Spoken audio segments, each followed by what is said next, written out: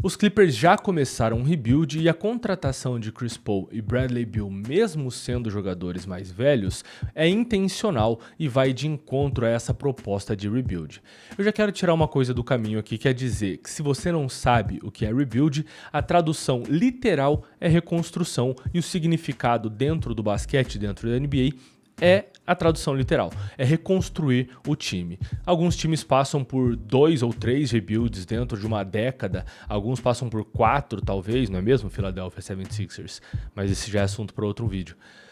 A questão é que os Clippers estão fazendo um rebuild muito inteligente, porque eles não estão abrindo mão do mínimo de competitividade agora, mas ao mesmo tempo já estão pensando no futuro e no futuro de curtíssimo prazo.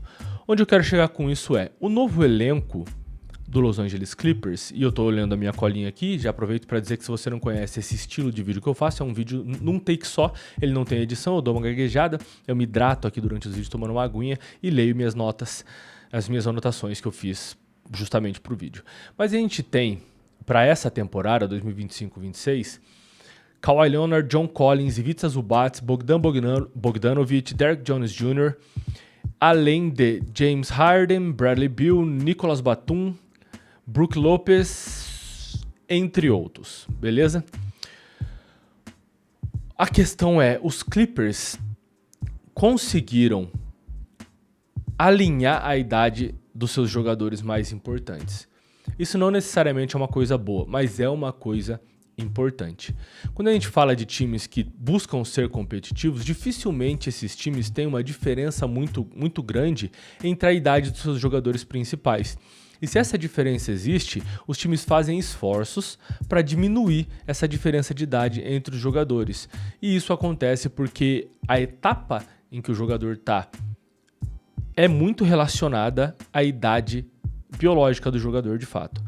Se eu tenho um Luka Doncic aí que tem 27, 28 anos, não lembro mais a idade do Luka, meu Deus do céu, e um LeBron James de 40 anos, eu tenho um problema. E esse problema é que esses jogadores não têm a mesma idade, eles não têm a mesma experiência. Eu sei que LeBron é um ponto fora da curva, mas eu quero usar isso como um exemplo. Ao mesmo tempo, eu tenho um time inteiro do Oklahoma City Thunder que tem praticamente a mesma faixa de idade e esse time acabou de ser campeão da NBA. Quando a gente olha também para aquele time do Boston Celtics que foi campeão há 2 temporadas atrás, Jason Tatum, Jaylen Brown, Derrick White, talvez, todos na mesma faixa de idade ali, beleza? É isso que eu quero dizer quando o time está alinhando a sua linha do tempo. E os Clippers fizeram isso, só que alinharam para cima. É um time velho. É um time bastante velho e algumas pessoas estão inclusive comparando esse time com aquele time dos Lakers da bolha, que foi uma junção de vários jogadores veteranos. A gente tinha LeBron James, Dwight Howard, Danny Green, a gente tinha... esqueci o nome. Rajon Rondo, pelo amor de Deus. Nunca mais esquecer o nome de Rajon Rondo. Um dos maiores armadores da história dessa liga. De qualquer forma, essa comparação está existindo e eu peço aos torcedores calma, muita calma. Eu acho que existem pontos a serem considerados dentro dessa comparação e esse time dos Clippers, apesar de ser um time que vai ser interessante assistir, eu não acredito dentro de uma Conferência Oeste completamente caótica que vai ser um time de playoffs. Porque a gente tem problemas de saúde, o que sempre tem que ser dito, quando a gente tem Kawhi Leonard no time, quando a gente tem agora Bradley Beal, a gente tem jogadores em idade avançada como James Harden e playoffs já é uma discussão que existe por si só. E a gente tem Chris Paul voltando aos Clippers. Primeiro eu quero dizer que só o que os Clippers vão vender de camiseta, de regata, com o Chris Paul voltando à franquia, é putaria. É muito dinheiro, gente. A gente vai estar falando aqui de muito dinheiro. Só o 2% vai comprar umas 8, uma de cada edição que soltar. Então, vamos lá. É uma decisão muito acertada trazer o Chris Paul de volta. Muito mesmo. E os Clippers, dentro dessa reconstrução, agiram de fato como uma empresa. Trazer o Chris Paul realmente vai vender muitas camisas. Trazer o Bradley Beal, não sei se ele seria um armador principal. Bradley Beal e James Harden no mesmo quinteto não me apetece. Ao passo em que Chris Paul e James Harden é uma coisa que já existiu, né? No Houston Rockets. Caramba, essa memória foi desbloqueada. Eu não lembrava disso. E não deu muito certo por conta por conta do James Harden. Vamos lá. Mas Chris Paul e James Harden me agrada muito mais do que Bradley Beal e James Harden. Eu acho que o Chris Paul tem muito mais inteligência para jogar com outro jogador que é ball dominant, né? Que precisa da bola o tempo todo. E esse cara é o James Harden. O James Harden sem a bola ele fica parado na linha dos 3 pontos. Mas foram movimentações... Percebe que eu tô completamente perdido aqui, né? Mas tô olhando minhas anotações. Foram movimentações que fazem muito sentido do ponto de vista estratégico, do ponto de vista comercial. Para além da venda de regatas, para além da construção do elenco, você vai adicionando peça em cima de peça e você tem um time experiente de fato. A gente tem aí um Collins, quinteto inicial, vamos pensar um quinteto inicial com Chris Paul, James Harden, Collins, Kawhi Leonard e Ivica Zubac. Seria isso? Eu acredito que seria isso. Eu posso até pesquisar aqui depois para ver o que é que estão especulando e como estão especulando. Então é um time que vai se manter minimamente competitivo. Eu acredito nisso, porque tem jogadores capazes de conseguir uma cesta, tem jogadores suficientes para que se construa uma forma de jogar basquete. E esse time, na temporada regular, que fique claro, eu acredito que vai vencer partidas. Vai vencer partidas de fato. Pela quantidade de qualidade técnica individual dentro de quadra.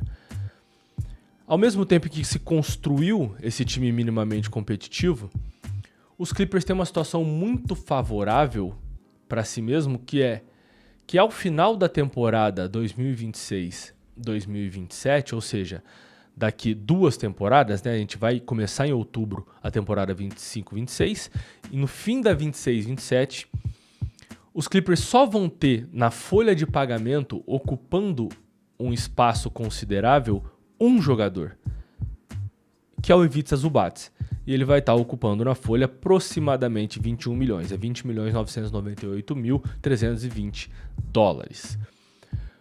Todos os outros jogadores, Kawhi Leonard, James Harden, John Collins, Bogdan Bogdanovic, Derrick Jones Jr., Brook Lopes, Nicolas Batum, Chris Dunn, Bradley Beal, Chris Paul, esses caras não têm mais contrato com os Clippers ao final de 26-27. John Collins e Chris Paul, ao final de 25-26, eles só têm um contrato de 1 ano assinado com os Clippers.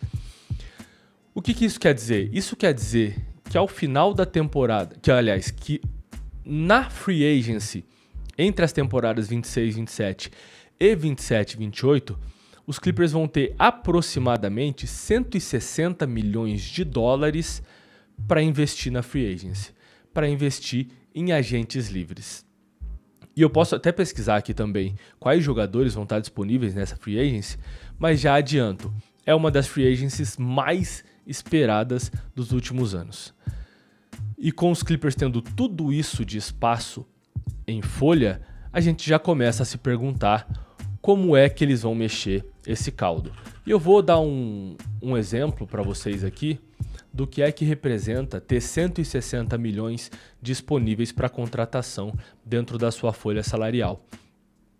Se a gente soma os salários da próxima temporada de Jason Tatum, Jaylen Brown, Derrick White e Anthony Simons, a gente tem 110, aproximadamente 160 milhões. Aproximadamente 160 milhões. Então, olha a qualidade desse quarteto que eu citei. Jason Tatum, Jaylen Brown, Derrick White, Anthony Simons. Um pouco mais de 160 milhões de dólares. Essa é a qualidade de elenco que você consegue construir com esse valor. Lembrando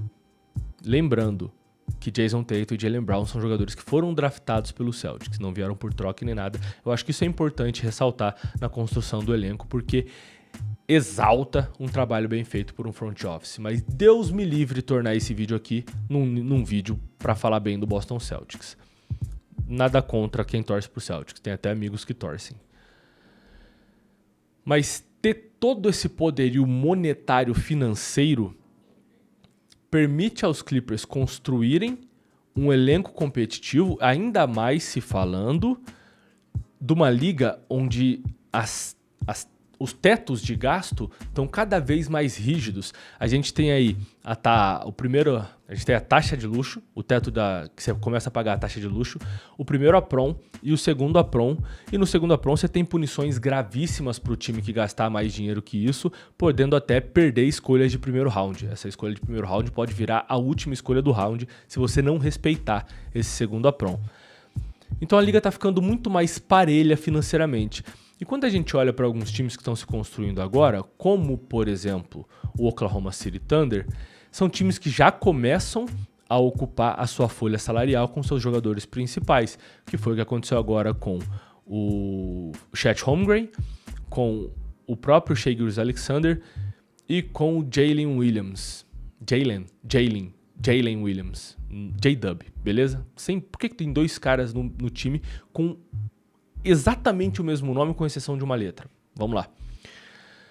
Então, os times que estão se construindo agora e que têm jovens promissores vão ter que começar a escolher para quem dar grandes contratos. E em algum momento, jogadores bons que não receberem grandes contratos vão começar a ir para outras franquias. E quando isso acontecer, franquias que se planejarem, como por exemplo o Los Angeles Clippers está se planejando agora, vão poder dar dinheiro para esses jogadores, vão poder pagar o que esses jogadores querem e ter esses jogadores no elenco. Essa é a importância do planejamento que o Los Angeles Clippers construiu, montando esse elenco para ser competitivo agora, mas permitindo que daqui 2 temporadas eles possam reconstruir completamente esse elenco. Isso é um trabalho sem precedentes na história do Los Angeles Clippers. Que fique claro, nem parece o time que faz a quantidade de merda que faz e que fez a quantidade de merda que fez no passado recente. Aparentemente, e Deus me livre gorar o bom trabalho feito nos Clippers, essa franquia está tomando uma direção diferente do que vinha seguindo nos últimos anos de existência. Eu ia falar na última década, mas os Clippers conseguiram não ganhar um título com o Lob City, com o próprio Chris Paul. Enfim, eles estão fazendo merda há muito tempo. Há muito tempo. Enfim, se você gostou desse vídeo, deixa sua curtida aqui embaixo, deixa seu comentário aqui. Se eu não falei alguma coisa que você observou sobre a construção desse elenco, sobre as possibilidades de construção desse novo Los Angeles Clippers, por favor, comenta. Eu sempre leio todos os comentários, respondo todos os comentários. Aprendo muito com vocês aqui também. Considere se inscrever no canal para não perder os próximos vídeos também.